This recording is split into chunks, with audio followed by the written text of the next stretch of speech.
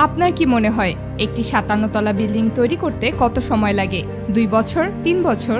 হাজার হাজার শ্রমিক কংক্রিটের ট্রাক, বাঁশের মাচা এবং ক্রেন দিয়ে দিনরাত কাজ করলেও সাধারণত এমন একটি বিল্ডিং বানাতে কয়েক বছর লেগে যায়। কিন্তু চীনে একবার একটি ৫৭ তলা টাওয়ার মাত্র ১৯ দিনে বানানো হয়েছিল।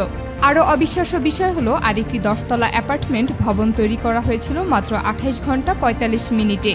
শুধু ভবনের কাঠামোই নয়, দেয়াল, জানালা, বারান্দা, পানির পাইপ এবং বৈদ্যুতিক ব্যবস্থাও বসানো হয়েছিল, যেন বিশাল আকারের বিল্ডিং ব্লক একসাথে জোড়া লাগানো হচ্ছে।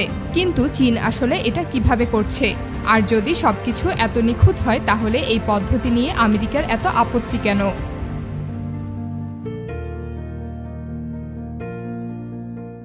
২০০৮ সালে চীনের ইতিহাসে অন্যতম ভয়াবহ ভূমিকম্প সিচুয়ান প্রদেশে আঘাত হানে।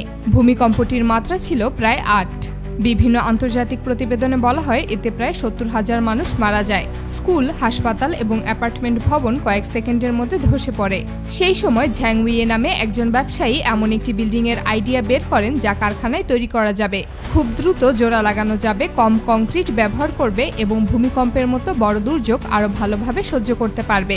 সেই কারখানাটি এখন প্রায় ২,৩০,০০০ বর্গমিটার আয়তনের, যা ৩০টিরও বেশি ফুটবল মাঠের সমান বড়। এই কারখানায় একটি বড় বিল্ডিংকে বিশাল বড় বড় অংশে ভাগ করা হয়। দেখতে এগুলো অনেকটা বিশাল শিপিং কন্টেইনারের মতো। এসব মডিউলের ভেতরে আগে থেকেই দেয়াল বসানো থাকে। মাঝে তৈরি থাকে জানালা, বারান্দা, বৈদ্যুতিক তার, পানির পাইপ এবং বায়ু চলাচলের ব্যবস্থা বসানো থাকে। কিছু অংশ এমনভাবে তৈরি করা হয় যাতে পরিবহনের সময় ভাঁজ করা যায় এবং সাইটে নিয়ে গিয়ে আবার খুলে ফেলা যায়। যখন মডিউলগুলো প্রস্তুত হয়ে যায় তখন সেগুলো ট্রাকে করে নির্মাণ সাইটে আনা হয়। এরপর ক্রেনের সাহায্যে একটির উপর একটি বসানো হয়।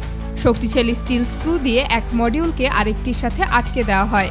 এভাবে ধাপে ধাপে পুরো ভবন দাঁড়িয়ে যায়। এখানে কংক্রিট ঢেলে একতলার ছাদ বানানোর পরিবর্তে আগে থেকে তৈরি করা ঘরগুলো একটির উপর আরেকটি বসানো হয়।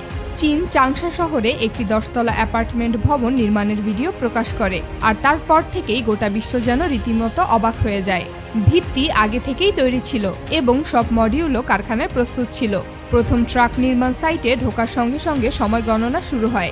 একের পর এক মডিউল ক্রেন দিয়ে তোলা হয়, সঠিক স্থানে বসানো হয় এবং বোল্ট দিয়ে আটকে দেওয়া হয়। মাত্র ২৮ ঘন্টা ৪৫ মিনিট পর একটি সম্পূর্ণ ১০ তলা ভবন দাঁড়িয়ে যায়। এই ভিডিও দ্রুত সারা বিশ্বে ছড়িয়ে পড়ে। অনেক মানুষের বিশ্বাসই হচ্ছিল না যে একটি ভবন এত দ্রুত তৈরি হতে পারে। এটা নিয়ে আমেরিকা সহ বিশ্বের বিভিন্ন দেশে আলোচনা শুরু হয়। চীন বিতর্কের জবাব দেয় আরও বড় একটি প্রকল্পের মাধ্যমে। তারা নির্মাণ করে মিনি স্কাই সিটি নামে ৫৭ তলা একটি টাওয়ার, যার উচ্চতা ছিল প্রায় ২০৪ মিটার। এতে শত শত অ্যাপার্টমেন্ট, অফিস এবং বাণিজ্যিক ফ্লোর ছিল।